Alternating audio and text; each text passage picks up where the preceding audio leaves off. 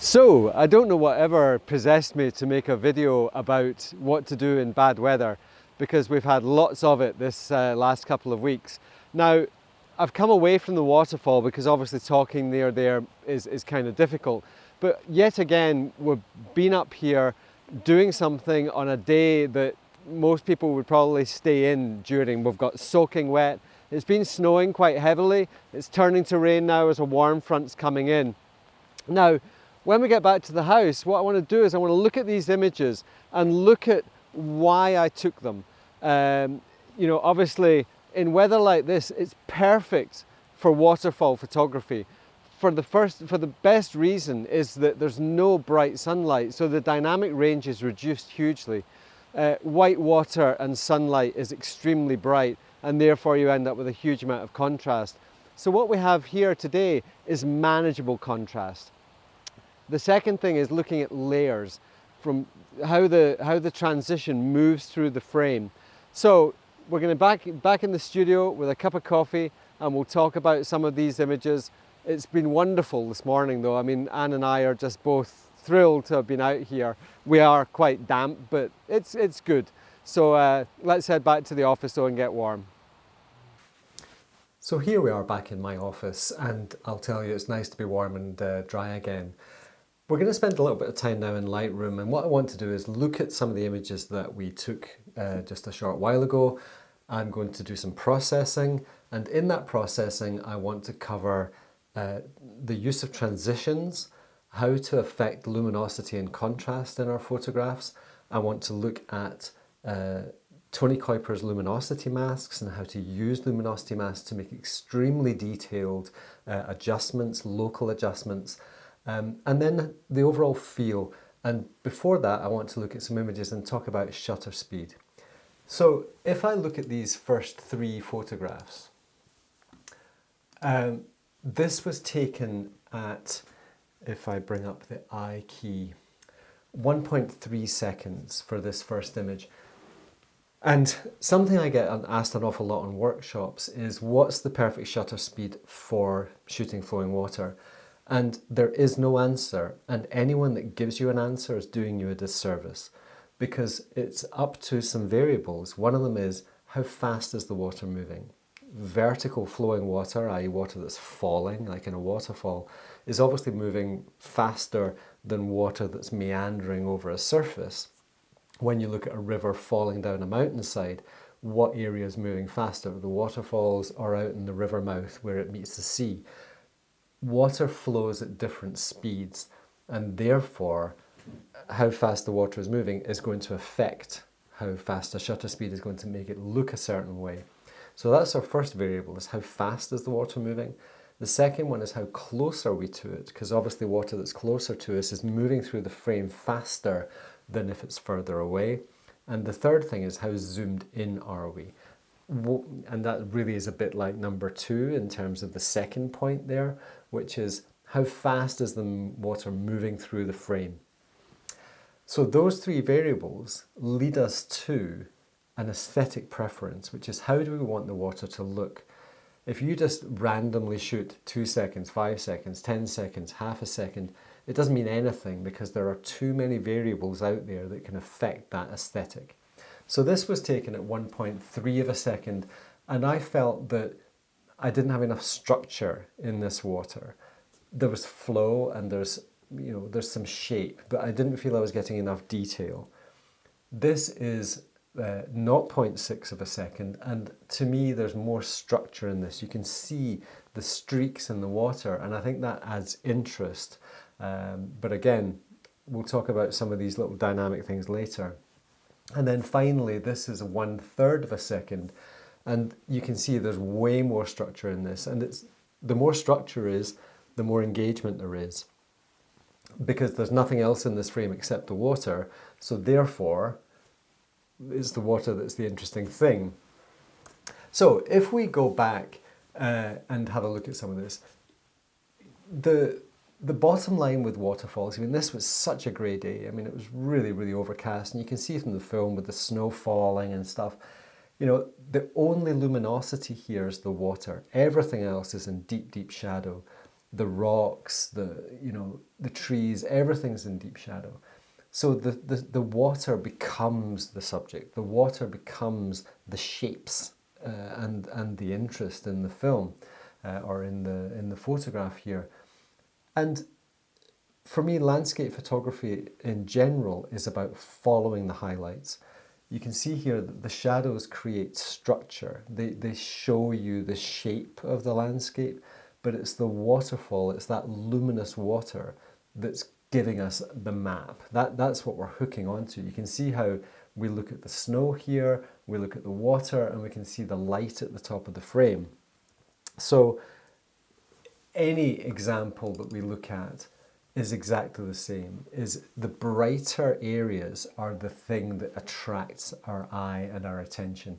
And what processing is seeing the highlights that we want to see, ignoring the ones that we necessarily might not want to see, and creating transitions between point A, point B, point C, and point D. And those journeys are the things that engage us, they attract us, they bring us back for more. So if I hit the D key and take this one into the develop module, the dynamic range of this scene is really quite contained. I'm just going to up the blacks there just so they stop clipping. The luminosity, as soon as you increase the whites, the waterfall becomes more significant, but so does all this area of snow on the right and left hand side. If I just pull in a gradient there and pull down the whites so that they're no longer at their 100% spot, you can see just by turning that on and off, we now see that left hand side less and the waterfall becomes more significant. If we turn it on again, the left hand side becomes more significant again and we want to look at it. The same applies to this stuff on the left. If I bring in another gradient here, if I increase the whites in that area, your brain says, oh, let's go there. If I decrease the whites in that area, then your brain just says, well, there's nothing over there. But it gives you a sense of space, perhaps, but there's no desire, there's no luminosity desire to go there. And we know from previous examples that we can come in with the HSL slider and grab our yellow channel and increase the brightness of our yellows and maybe our greens. And that is adding luminosity to those areas. And it's a bit more of a subtle adjustment rather than just hitting the whites or the exposure slider. If I come in now and take a look at this file, I'm going to work this one from start to finish. It looks simple, but I'm going to do some quite complicated things to it. Overall, what I want to talk about is I was attracted by the reds in this. It's a Scots pine tree branch that's fallen down and got lodged in the water there. We've talked many times now about contrasts and transitions. If we can create a contrast or a transition between this red and the water, then we end up with a strong compositional element. So if I open up my shadows so that I can see just a bit more, we want to emphasize the warmth in here without making everything else warm. So again, camera calibration, blue slider, instantly gives me more saturation in my reds, which look kind of cool now. I think generally this image can be a touch brighter. And I'm going to do something I don't often do, which is I'm just going to grab the contrast slider and yank up the contrast. I don't do that very often because it's a bit of a kind of heavy-handed way of doing things. And I'm just going to grab a little bit of dehaze in that top left-hand corner and pull the brightness down a touch. And what that's done, if you just see, there was a little dark corner up there. There's any number of ways of getting rid of that. We could have warped it out, we could have cloned it out, add dehaze, make it fuzzy, the brain just ignores it. It's got a little bit too dark though. There we go. So I'm going to take this down to cool it a fraction. I think the thing with water is it's really nice for the brain to think of it as cool. It's a refreshing element. So I'm going to take this, I'm going to right click and edit it in Photoshop. And when I take it into Photoshop, I want to look at luminosity masks, and I want to look at ways that we can affect contrast and luminosity in Photoshop using fairly advanced techniques. Now, this is me, this is my panel. You'll notice that everything's on the right hand side, and I do that because it's more ergonomic. I don't want to have to come over here to click a tool and then come back over here. This is a 27-inch monitor I'm using, and therefore there's a lot of real estate to cover. So all I have is my tool palette down the right hand side. I have properties, adjustments and history, panels and layers and channels on the bottom there. And that's all I use on a regular basis. And then this is my Tony Kuyper 7, which is the latest version of the Tony Kuypers. So I'm going to use the composite button, and this is the base mask. That's just basically a basic luminosity mask. But the new TK panel allows me to make masks that are super specific. So I can look at the red channel, and as you can see, those reds on the branch there became brighter. And what that basically means is they're more selected. The brighter something is, the more it is selected. So just by using the red channel, I'm getting more data out of that. Now I can further come in and look at color specifics. So if I go into the yellow reds, you can see now that is just the only color in this image, or the only reds and yellows in this image were there. Now that's a pretty dim mask, but I can modify that and make a super detailed mask. So this is now just the log. Everything else isn't selected. And what this is now going to allow me to do is to make specific adjustments just to that mask. Now I can save that mask as something, which means I can go back to it and it will appear in my channels there as a mask called log. Now I'm going to come in here with that mask and just have a basic curves adjustment, and I am going to what am I going to do? I'm going to brighten that log. And as you can see now, just those reddish areas, and what that's done is created tons of contrast. I can pull in my black point, I can pull in my white point, and that is going to create more and more contrast just in that log. And now we've got that little highlight on the top of the log, it's giving it three-dimensionality, because that's what dodging and burning is creating three-dimensionality. And the more of that 3D effect we can have, the more believable our images are going to be. Raw files have a tendency to be quite flat, and we want to avoid that. So that is just the simplest little fix. And I can now come in and let's just grab saturation and make that a clipping mask. Now there's a couple of ways to do that. I just use the little clipping mask icon in my Tony Kuyper's panel, which just makes any adjustment is just going to affect that mask area. And if I increase the saturation, you'll see that those reds have just warmed up a little bit more. And we've now created, if I just stick that whole thing in a group and turn it off, that's how we entered this scenario, with a log that looked a little bit flat. And this is just with the TK adjustments that I've done there, and it's given it this nice rounded feel to it. I am not a firm believer in keeping layers under any shape or form. We move forward with confidence. I'm not going to come back and change that layer, get rid of it. It's not doing anything, it's just taking up space. So I've now got this file. I do hit Command S on a regular basis, which is saving the work as I'm going along.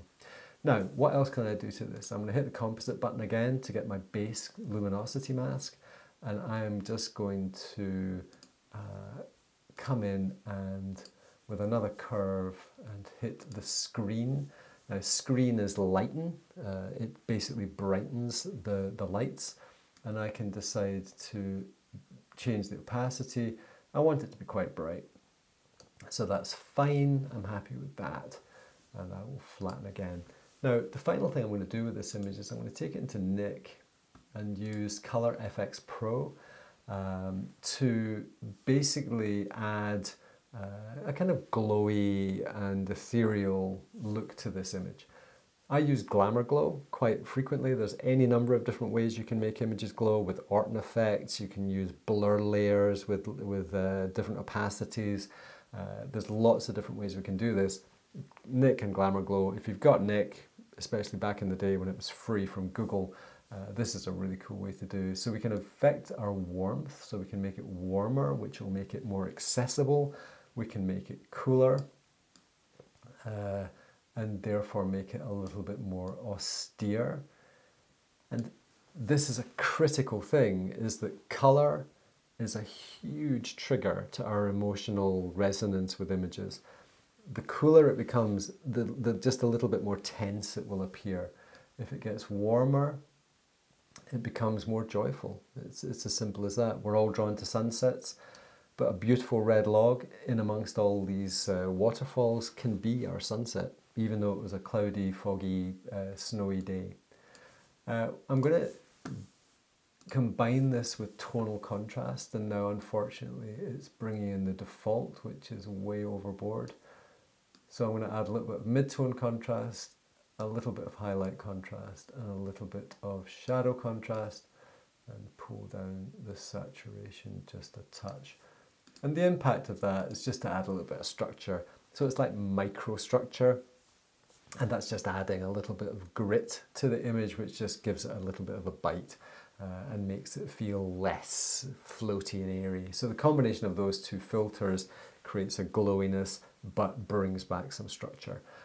So this is something I kind of do quite a lot with my images, to make them feel just a little bit larger than life, maybe just a little bit more fanciful, not quite as literal.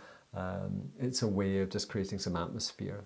So we've got nice elements, we've got diagonals, we've got nice color, we have a slight warm to cool transition, and this will more or less be the finished image. So if I flatten that and hit Command S, that will take it back into Lightroom, and then I'll pick it up in Lightroom, we'll just finish it off, and then we'll move on.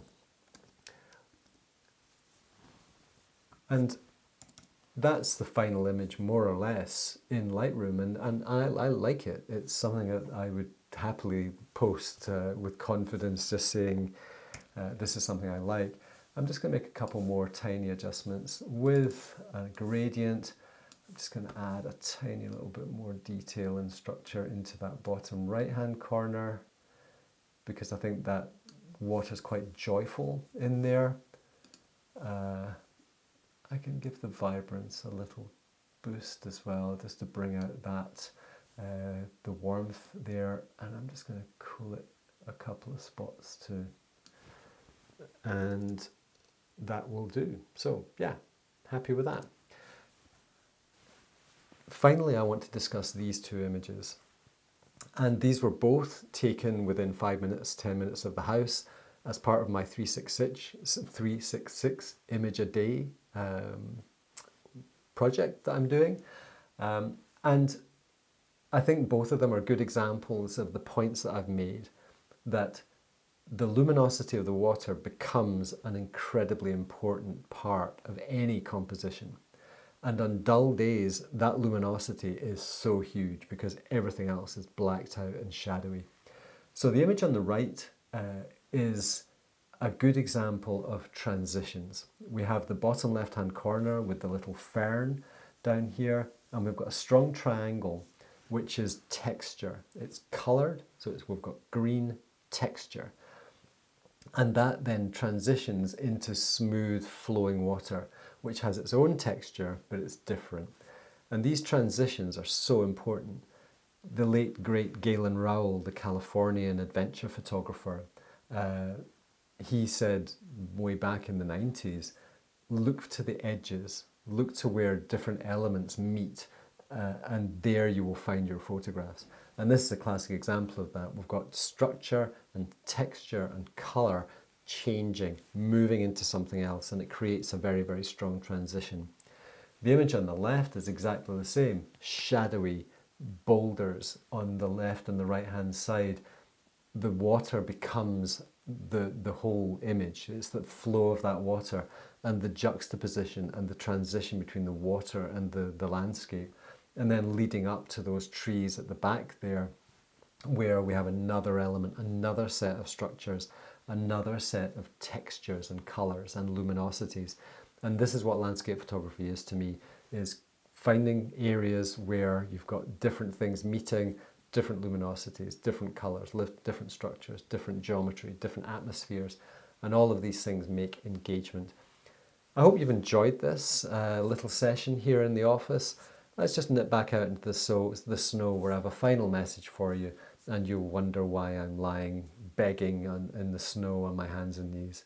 So I hope you've enjoyed this, and have a great day, everyone. Bye.